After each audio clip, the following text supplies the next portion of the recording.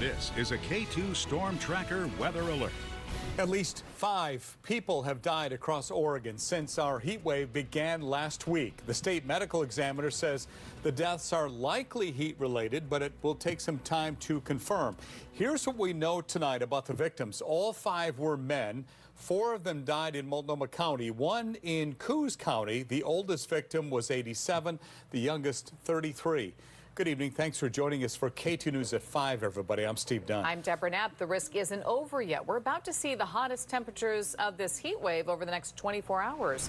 We're on your side tonight with our live Storm Tracker 2 weather alert team coverage.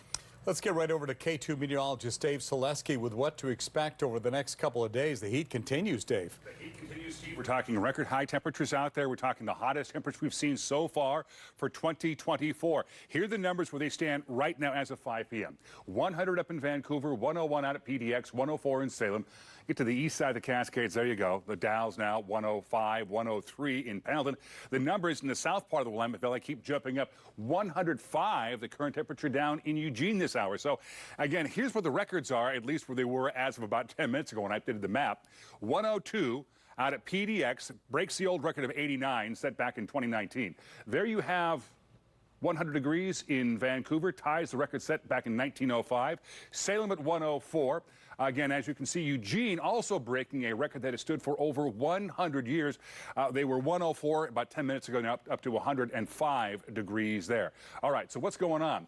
We've got a heat dome that encompasses all of the western part of the United States.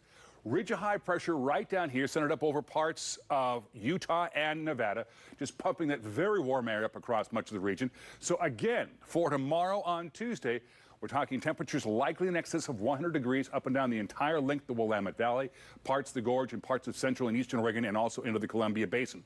To the south of us, in parts of California and Nevada, we're talking temperatures there 110 to 120, perhaps even hotter than that.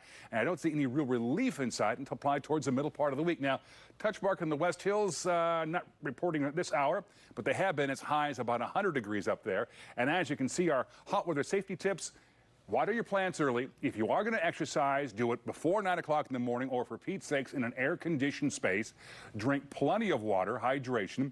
And again, make sure you've got shade and plenty of water for your pets as well. On these hot surfaces, asphalt, if it's 105-degree air temperature, asphalt could be 145 to 155 degrees easily, burning the pads on your pet's foot.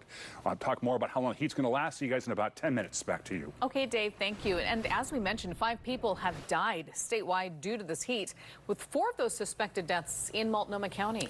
And tonight, officials are asking you to check on family members and neighbors as this dangerous heat continues.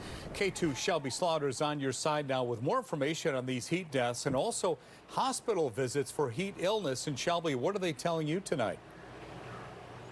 Well, Steve, based on responses from both OHSU and Providence, nearly 20 people sought attention in emergency rooms for things like fainting and dehydration.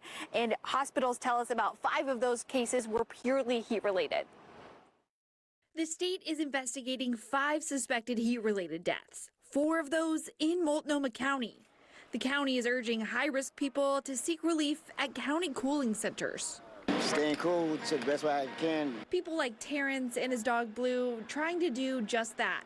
We met up with him today as he tries to keep his dog hydrated and get a checkup at the county's medical van to make sure he's staying healthy. Trying to find a water balloon fight somewhere, a water hose or something like that, stay cool, but other than that, stay in the shade. According to county officials, the joint office has given out 76,488 individual bottles of water, 7,500 electrolyte packets, 7,500 sunscreen packets, 3,000 cooling towels, 1,500 reusable drinking bottles, and 1,500 misting bottles, all within the past 5 days.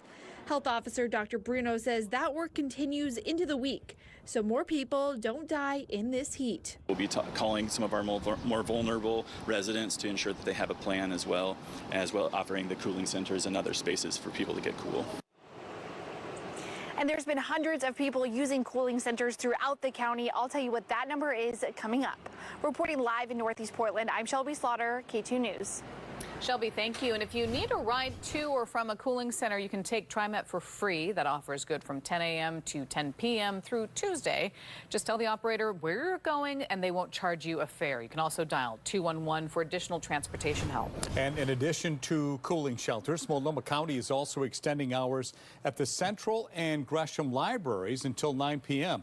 You can also head to the mall or movie theater to try and cool down. There are also dozens of splash pads, pools, and other cool locations throughout the metro area. As the heat kicks up, officials are warning about water safety as Oregonians try to stay cool. This comes after multiple water-related incidents over the weekend. Just yesterday, a teen is presumed to have drowned at Riverview Park in Independence.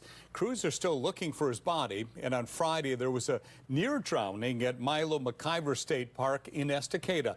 The same day, a man drowned at the Westland boat launch on the Willamette River. That's where K2's Allison Gottlieb is live for us now. And Allison, fire crews responded in minutes, but the man did not survive, right? Steve, that's right. I'm here at the Willamette River in Westland, and that is exactly what happened here. The man got in the water alone, didn't have anybody with him, and also wasn't wearing a life vest. Tualatin Valley Fire and Rescue tells K2 a bystander called 911 regarding a man in distress. The man went under the water while they were on the phone with 911. So when our crews arrived from our nearby Willamette Fire Station, where our water rescue team is located, they immediately had rescue swimmers in the water. Unfortunately, despite finding him, when they got him out and they attempted resuscitation, he'd already succumbed to his injuries. Officials are warning the public about dangers in the water and want people to be extremely cautious while cooling off. There's often kiosks at boat ramps that have life vests, and those are, take them as you need them.